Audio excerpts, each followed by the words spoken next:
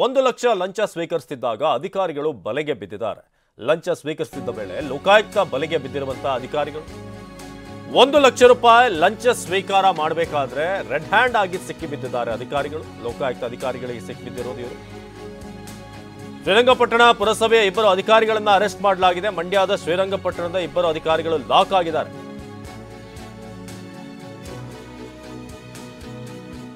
ಪೌತಿ ಖಾತೆಯನ್ನ ಮಾಡಿಕೊಡೋದಕ್ಕೆ 2 ಲಕ್ಷಕ್ಕೆ ಬೇಡಿಕೆ ಇಡಲಾಗಿದೆ. ಮುಂಗಡವಾಗಿ 1 ಲಕ್ಷ ಲಂಚ ಸ್ವೀಕರಿಸಬೇಕಾದ್ರೆ ಇವರನ್ನ ರೆಡ್ ಹ್ಯಾಂಡ್ ಆಗಿ ಲೋಕಾಯುಕ್ತ ಅಧಿಕಾರಿಗಳು ಹಿಡಿದಿದ್ದಾರೆ. ಮಂಡ್ಯ ಮೂಲದ ಪ್ರಶಾಂತ್ ಎನ್ನುವವರಿಂದ ಬೇಡಿಕೆ. ಲೋಕಾಯುಕ್ತ ಡಿವೈಎಸ್ಪಿ ಸುನಿಲ್ ನೇತೃತ್ವದಲ್ಲಿ ಆಗಿರುವಂತಹ ದಾಳಿ ಇದು. 1 ಲಕ್ಷ ಮುಂಗಡವಾಗಿ ಇವರು ಪಡಿಬೇಕಾದ್ರೆ ಲೋಕಾಯುಕ್ತದವರು ರೇಡ್ ಮಾಡಿದ್ದಾರೆ.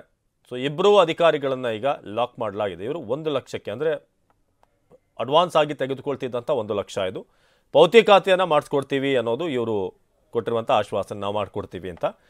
ಸೊ ಆ ನಿಟ್ಟಲ್ಲಿ 1 ಲಕ್ಷ ಲಂಚವನ್ನು ಪಡಿಬೇಕಾದ್ರೆ 2 ಲಕ್ಷಕ್ಕೆ ಬೇಡಿಕೆ ಇಟ್ಟಿರೋದು ಇವರು. ಅದರಲ್ಲಿ 1 ಲಕ್ಷ ಮುಂಗಡ ಅಡ್ವಾನ್ಸ್ ಆಗಿ ಫಸ್ಟಿಗೆ 1 ಲಕ್ಷ ಕೊಟ್ಬಿಡಿ, ನಿಮ್ಮೆಲ್ಲ ಕೆಲಸ ಆದಮೇಲೆ 2 ಲಕ್ಷ ಅನ್ನೋ ರೀತಿಯಾಗಿ ಇವ್ರ ಮಾತುಕತೆ ಆಗಿತ್ತು.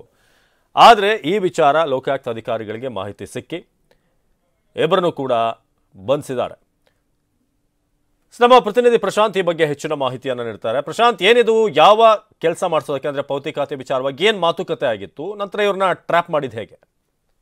ಅವಿನಾಶ್, ಲೋಕಾಯುಕ್ತ ಅಧಿಕಾರಿಗಳು ಕಾರ್ಯಾಚರಣೆಯನ್ನ ನಡೆಸಿ ಲಂಚಕ್ಕೆ ಬೇಡಿಕೆ ಇಟ್ಟು ಲಂಚವನ್ನ ಪಡೆಯುತ್ತಿದ್ದಂತ 2 ಅಧಿಕಾರಿಗಳನ್ನು ಕೂಡ ಇವತ್ತು ಟ್ರ್ಯಾಪ್ ಮಾಡಿರುವಂತದ್ದು.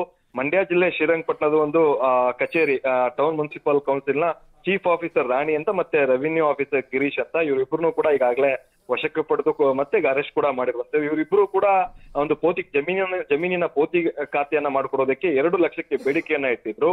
ಮಂಡ್ಯ ಮೂಲದ ಪ್ರಶಾಂತ್ ಅಂತ, ಅವ್ರಿಗೆ 2 ಲಕ್ಷಕ್ಕೆ ಬೇಡಿಕೆಯನ್ನ ಇಟ್ಟಿದ್ರು. ಇವತ್ತು ಮುಂಗಡವಾಗಿ 1 ಲಕ್ಷ ಲಂಚವನ್ನ ಕಚೇರಿಯಲ್ಲೇ ಪಡ್ಕೊಳ್ಳುವಂತ ಸಂದರ್ಭದಲ್ಲಿ 2 ಕೂಡ ಲೋಕಾಯುಕ್ತ ಅಧಿಕಾರಿಗಳ ಬಲೆಗೆ ಬಿದ್ದಿರುವಂತ. ಇದಕ್ಕೆ ಸಂಬಂಧಪಟ್ಟಂತೆ ಪ್ರಶಾಂತ್ ಅವರು ಈ ರೀತಿ ಲಂಚಕ್ಕೆ ಬೇಡಿಕೆ ಇಡ್ತಾ ಇದ್ದಾರೆ ಅಂತೇಳಿ ದೂರನ್ನ ಕೊಟ್ಟಿದ್ರು. ಈ ದೂರಿನ ಹಿನ್ನೆಲೆಯಲ್ಲಿ ಮಂಡ್ಯ ಲೋಕಾಯುಕ್ತ ಡಿವೈಎಸ್ಪಿ ಸುನಿಲ್ ಕುಮಾರ್ ಅವರ ನೇತೃತ್ವದಲ್ಲಿ ಇವತ್ತು ಕಾರ್ಯಾಚರಣೆಯನ್ನ ಮಾಡಿ 2ರನ್ನೂ ಕೂಡ ಈಗ ವಶಕ್ಕೆ ಪಡ್ಕೊಂಡು ಪ್ರಕರಣ ಕೂಡ ದಾಖಲಿಸಿಕೊಂಡಿರುವಂತದ್ದು. ಅವಿನಾಶ್, ಧನ್ಯವಾದ ಪ್ರಶಾಂತ್.